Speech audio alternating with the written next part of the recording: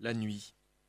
Tôt dans la nuit et toutes les nuits, les jappements, les cris et les plaintes fracassaient le silence de la villa pour s'élancer contre les murs de la chambre en un rythme soutenu du seul souffle de Joseph. Et si le vent manquait à contrer la force de l'archipel sonore aux syllabes massifiées les unes aux autres, si la chimère hurlante persistait parce que Joseph avait du mal à s'éveiller, alors le hurlement natif, jailli du lit, pourfendait l'espace du premier étage, chassé par un deuxième, puis un troisième qui se bousculait, se chevauchait, pressé de se libérer des murs, de s'épanouir à l'air libre, d'unifier leurs forces à franchir les rideaux de tulle blanc appendus sous l'avant-toit de la terrasse dont ils traversaient le calme lisse du dallage, grimpaient la rambarde de pierre et basculaient dans la nuit pour enfin chuter vers l'océan, et là, ricochaient sur les rochers en projectiles nocturnes solitaires, bientôt rattrapés par un autre cri et encore un autre, tous alors s'unifiant non plus en une chimère, mais une rafale de mots, de sombres vociférations qui n'éveillaient d'abord que les gens de passage logés dans les gîtes à quelques 20 ou 30 pas de la source hurlante, incapables de repérer l'attaque tonitruante, tant la terreur les égarait, éradiquait toute lucidité, les projetait hors du temps des humains, les sommant de se rassembler en eux-mêmes, ou bien encore de se recroqueviller, tout éperdu comme des enfants. Et ce temps de la terreur, cet autre temps, qui n'était pas une durée, mais un gouffre d'angoisse où toutes les secondes étaient dévorées,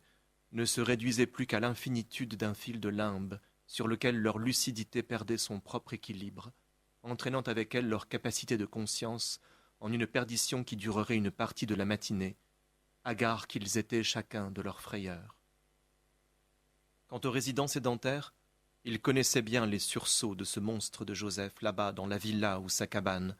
Ils s'éveillaient d'un bond, non pas déclenchés par les cris de l'halluciné, mais bien après que les touristes se furent ranimés, balbutiant de confusion.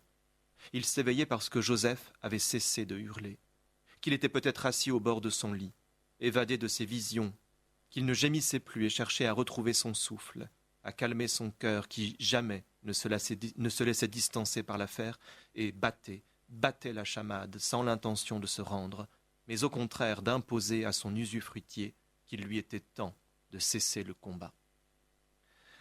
Voilà les toutes premières lignes de l'ouvrage d'Alain-Julien Rudefoucauld, intitulé Joseph libéré, proposé par les éditions La Dernière Goutte. C'est une découverte que cet auteur, dramaturge et écrivain, Alain-Julien Rudefoucauld, est né en 1950. Il est l'auteur de quelques romans, notamment parus aux éditions Tristram,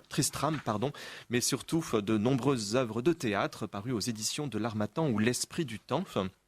Il s'agit ici d'un roman dont nous l'avons compris, qui nous emmène dans les cris de Joseph qui ouvre le texte, cris lancinants, cris effrayants, effroyables, auxquels se sont habitués les habitants de ce quartier qui porte l'étrange nom d'Arimathie, semblant un clin d'œil à Joseph d'Arimathie, même si pour le Joseph du roman, il ne s'agit nullement d'interpréter la Bible ou de revenir à ses anciennes explications. Et dans ce quartier, alors que les habitants se sont habitués à ces cris, les personnages qui viennent en villégiature sont eux systématiquement effrayés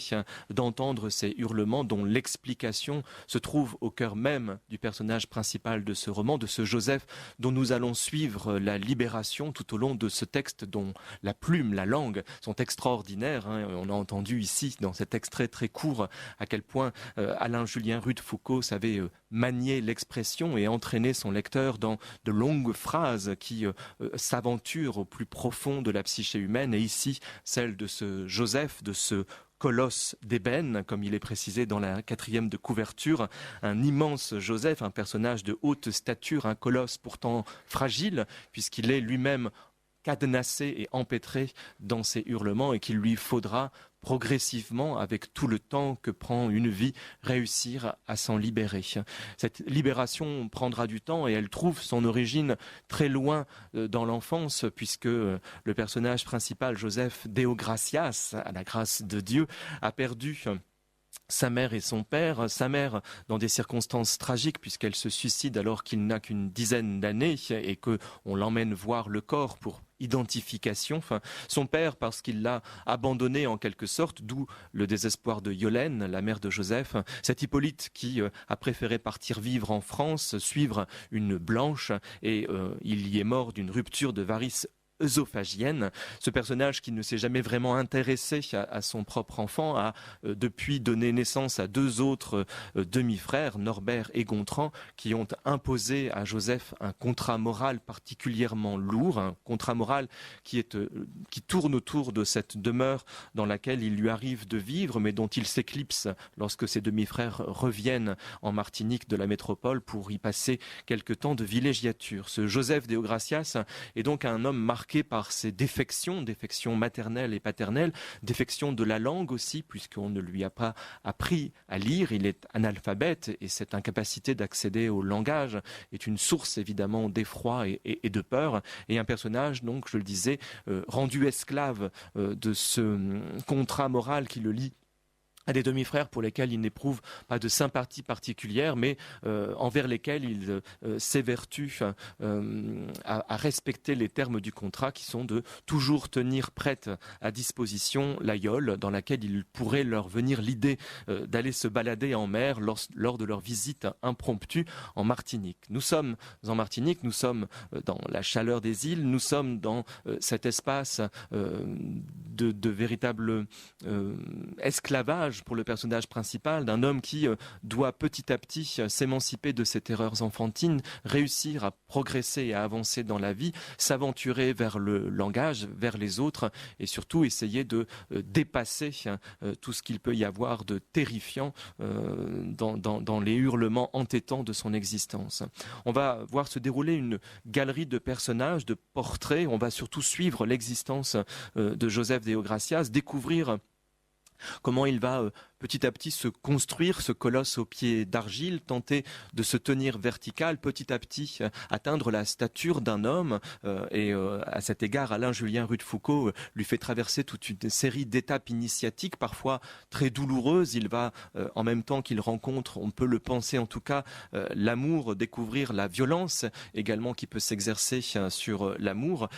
Violence qui va s'exercer d'abord sur une prostituée qui va être l'initiatrice de ses premiers ébats, mais qui finira défigurée parce qu'elle avait eu le malheur de se vouloir sans Mac, de pouvoir penser qu'elle était libre d'exercer sa profession sans être protégée par un macro. Et il y aura aussi la rencontre avec une bibliothécaire, Évangéline, qui va lui ouvrir les portes non seulement de la littérature mais aussi du langage, qui va lui permettre de rattraper ce retard initial et de commencer à appréhender le sens des mots et de réussir à déchiffrer la langue, mais qui sera aussi la source et la cause d'un emprisonnement, puisque dépassé par une sorte de suffocation affective, sexuelle et sensuelle, Joseph va tenter à un moment d'exercer une force sur elle pour lui prouver son amour, peut-être, en tout cas un désir particulier, et il causera la perte d'Évangéline sans être véritablement l'auteur de sa disparition. Il en sera en tout cas condamné, et à partir de là fera 4 années de prison pour essayer de laver sa mémoire et surtout se remettre en selle par rapport à ce qui a été causé. Je reste volontairement assez elliptique dans l'ensemble de ces épisodes qui nous sont narrés par Alain-Julien Rudefoucauld, parce qu'il s'agit justement d'entrer progressivement dans cette vie très riche, marquée par une forme de guignon. En tout cas, on se dit que sur la tête du pauvre Joseph se sont accumulés un certain nombre d'embûches qui n'ont rien fait pour lui faciliter la tâche. Il est né sous une mauvaise étoile, comme la 4e de couverture le rappelle également. Personnage qui a enchaîné en quelque sorte les malheurs ou les drames, et qui va petit à petit devoir appréhender justement cette reconstitution intérieure, cette capacité à se déployer, à se dépasser et à se remettre debout. C'est cette verticalité qui fait la beauté du texte aussi, c'est tout ce qu'il y a en Joseph de particulièrement émouvant que Alain-Julien Rudefoucauld arrive à nous faire cerner malgré ces possibles errances et ces errements et les erreurs de parcours qui auront des conséquences effectivement douloureuse pour lui. Il y a chez cet homme une humanité incroyable, une sensibilité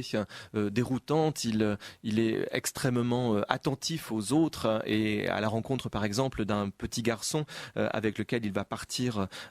sur une île en bateau et lui permettant de créer la terre. Joseph Andreas, ce petit garçon Andreas, un métis de 8 ans, qui éveille constamment ou rappelle constamment à Joseph ce qu'il ne doit surtout pas perdre, ce qui palpite en lui et qui, malgré les coups du sort, malgré la violence du monde, malgré la cruauté et la méchanceté qui peuvent se manifester autour de lui, ne doit absolument jamais s'éteindre. Et c'est cette petite flamme, cette incessante paillette d'or à l'intérieur de cette obscurité